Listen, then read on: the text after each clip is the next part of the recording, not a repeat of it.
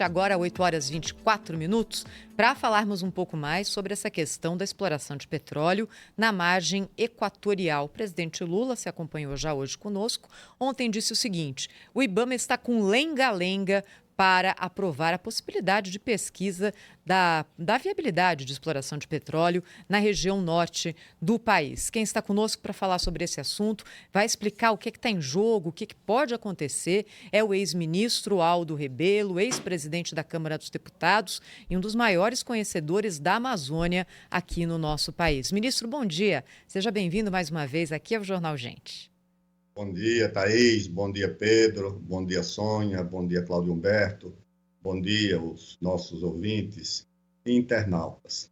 Obrigada. Thaís, o que acontece na Amazônia brasileira, no Amapá, na chamada margem equatorial da Amazônia, é o exercício de um governo paralelo, que não é o governo das instituições públicas, não é o governo federal, os estados, os municípios, é o governo das organizações não governamentais, financiadas do exterior, com grande presença dentro das corporações do Estado brasileiro, governam o IBAMA, governam a FUNAI, governam o Ministério do Meio Ambiente, governam o Ministério das Populações Indígenas e governam a parte do Ministério Público Federal, do Ministério Público dos Estados. Há procuradores que são integrantes dos conselhos dessas ONGs. E elas decidiram que a Amazônia deve ser imobilizada, que não deve ser usada para enriquecer o país, seja com a sua fronteira mineral,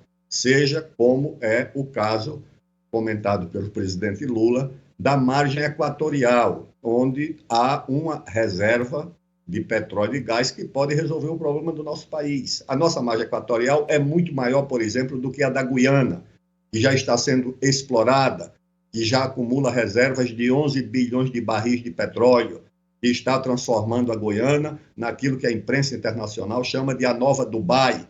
Esse destino poderia ser do Amapá, mas o IBAMA proibiu, não é a exploração do petróleo, é a abertura de um poço experimental a 510 quilômetros da margem equatorial, a 176 quilômetros do litoral, no estado, Thaís, onde a violência é a maior do Brasil, onde a pobreza é a maior do Brasil, onde 73% da população vive de transferência de renda.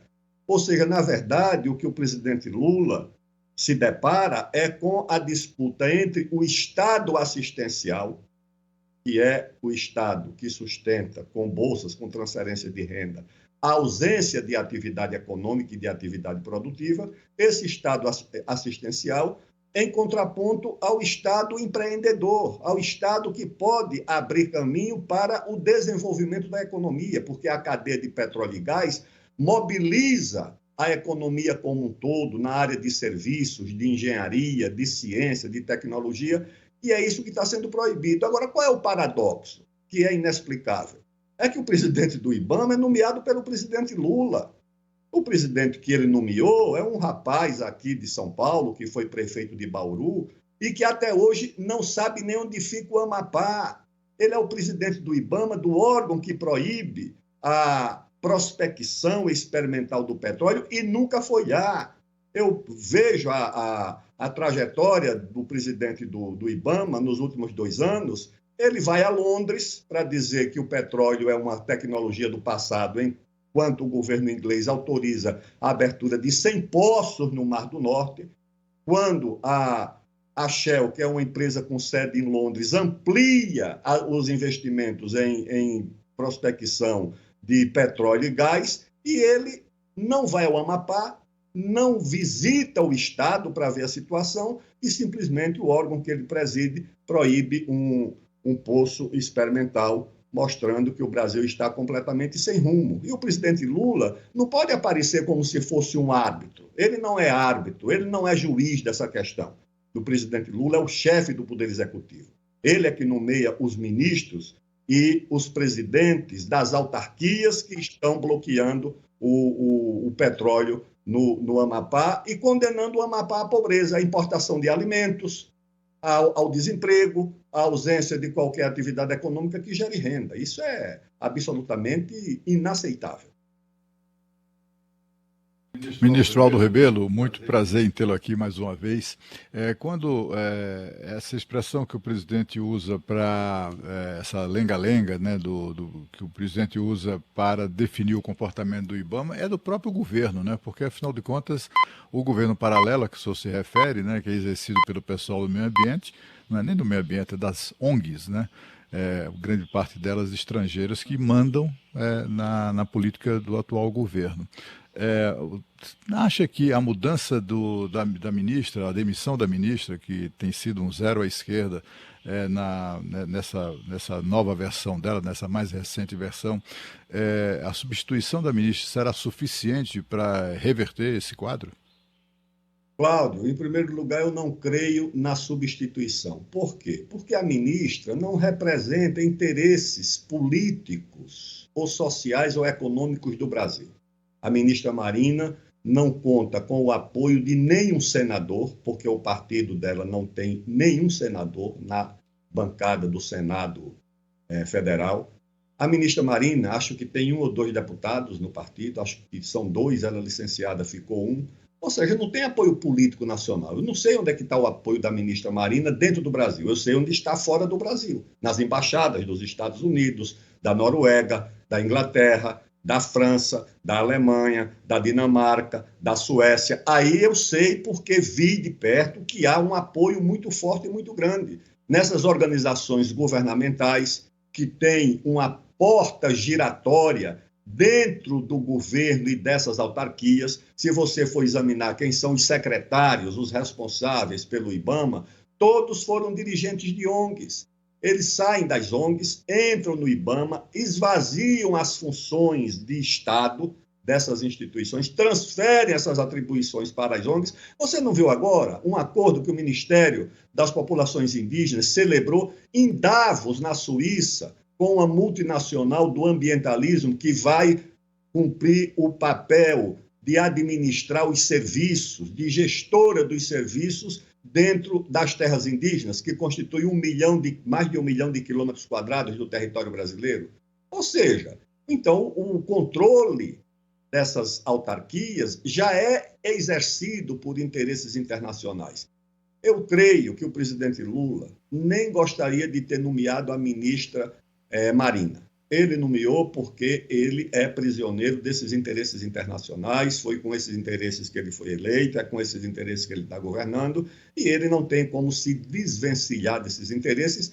Às vésperas da COP, da Conferência do Clima das Nações Unidas, agora já bastante esvaziada pela saída dos Estados Unidos, mas ele queria fazer disso aqui um grande momento do seu governo e, na verdade, vai prorrogar a vida e a influência dessa agenda, desses personagens e dessas 2 ministras, tá certo? Que dizem que a Amazônia é um paraíso, mas não vivem no paraíso, abandonaram o paraíso. Marina veio para São Paulo, se instalar confortavelmente em São Paulo, se eleger deputada por São Paulo. A ministra das populações indígenas escolheu viver em São Paulo, ou seja, a tribo da Faria Lima, a tribo dos banqueiros, a tribo dos ongueiros. É assim que esse povo vive. Aí a Marina diz, não, mas a Amazônia é um paraíso. Mas por que não vive no paraíso? Por que abandonou o paraíso? A outra que diz, não, mas as populações indígenas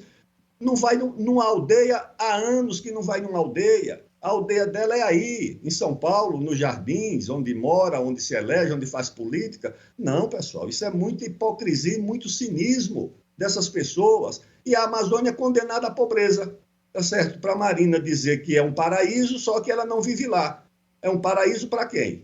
Para as pessoas que vivem no mais alto índice de mortalidade infantil, no mais alto índice de analfabetismo, no mais alto índice de doenças infecciosas, nos piores indicadores de saneamento básico. É isso que tem no Amapá, inclusive, de violência, de crime organizado. Não, pessoal, isso é inaceitável. E o presidente Lula não pode dizer, agora o IBAMA está contra o governo, como se o IBAMA não fosse governo, como se o IBAMA não fosse responsabilidade do presidente. Olha, ministro, e Tenho um prazer tê-lo conosco aqui no Jornal Gente mais uma vez, mas de paraíso, pelo menos o que as manchetes dos jornais europeus descrevem, não tem absolutamente nada. Aqui o que está estampando toda a mídia, enfim, do continente, mundo afora, é que o crime organizado está tomando conta da Amazônia, inclusive aumentando aí problemas ambientais. E a política de impedir o desenvolvimento da região, de não deixar a exploração de reservas minerais, está sendo, nesse sentido, um grande tiro no pé, ministro? Sônia, não tenha dúvida. A Amazônia tem a maior fronteira mineral do mundo. Segundo as palavras de um velho geólogo aposentado que ficou por lá depois de trabalhar 40 anos, a Amazônia tem toda a tabela periódica. Tudo que você imaginar que tem na tabela periódica tem na Amazônia. E, de fato, tem. Agora, isso tudo, hoje, por uma ausência de se regulamentar a exploração desses minérios, e isso está sendo explorado clandestinamente pelo crime organizado. Você acha que se você proibir o garimpo do garimpeiro nordestino, que vai para lá ganhar a vida, que poderia ser fiscalizado, orientado, as pessoas vão abandonar o ouro que tem lá nos rios da Amazônia? Não, é o PCC que está tomando conta, que está monopolizando a exploração clandestina desses minérios. Você acha que se proibir a exploração do diamante que tem lá na reserva Roosevelt, lá em Espigão do Oeste, esse diamante vai ser abandonado? Não, ele vai ser contrabandeado pelo crime organizado. Se você proibir ou não regulamentar a exploração da cassiterita, do estanho, isso não. Então, o que está acontecendo, porque eu tenho informações da Amazônia, é que essa atividade que o Estado proíbe que trabalhadores comuns exerçam, estão sendo assumidas pelo crime organizado. Então, é aquilo que eu denunciei no meu livro. Você tem 3 estados competindo. O estado frágil e anêmico, que é o estado oficial, o estado do crime organizado, como outro estado paralelo, e o estado das organizações não governamentais financiadas pelo exterior. Esses são os 3 estados que estão atuando na Amazônia, no meio da pobreza, da miséria, o que prova o fracasso da política do governo. Quando você examina quais são os estados com o nível mais elevado de subnutrição, ou seja, de insegurança alimentar, ou, usando a palavra mais correta, de fome na Amazônia. Quando você examina os municípios com o maior índice de analfabetismo, na Amazônia, principalmente os municípios que têm o maior número de população indígena, que eu conheço, lá em Uiramutã. O Uiramutã fica lá em Roraima. É um município onde o prefeito é índio, o vereador é índio, o presidente da Câmara é índio. São 70%, 80% de indígenas naquele município. É o município, segundo o IBGE, líder no Brasil em analfabetismo, o que prova que a política dessas ONGs, da FUNAI, é uma fraude, não protege índio, não protege nada, só protege os interesses que estão ligados a essas ONGs, porque senão os indígenas não estariam na situação em que estão. Vai em Jacareacanga, lá no sul do Pará, eu fui, nesses 2 municípios. Também, grande número de população indígena. O analfabetismo, as doenças infecciosas, a mortalidade infantil, lá em cima. Ou seja, essa situação da Amazônia, isso vai permanecer para a ministra Marina ir para o exterior e pedir ajuda para proteger o paraíso. Paraíso para ela, que não quis viver lá. Tá certo? Fugiu do paraíso como Eva fugiu na Bíblia. Ela também fugiu do paraíso, não quis viver no paraíso. Agora quer que as pessoas fiquem condenadas a viver numa situação de penúria, de abandono e de pobreza. Ministro Aldo Rebelo, só lembra para nós qual é a capacidade de exploração dessa margem equatorial, o que isso significa para o desenvolvimento da região, para a economia brasileira, para o país como um todo? Vou oferecer aqui alguns números, Pedro. A margem equatorial da Guiana, por exemplo, que é pequena, já acumula reservas de 11 bilhões de barris.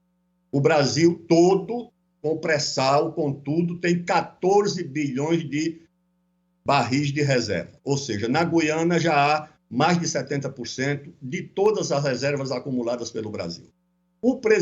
A presidente da Petrobras, a doutora Magda Chambriard, que a bem da justiça defende o uso dessa riqueza e diz que se ela não for usada, o Brasil vai mergulhar num processo de insegurança energética, ou seja, pode inclusive passar a importar petróleo.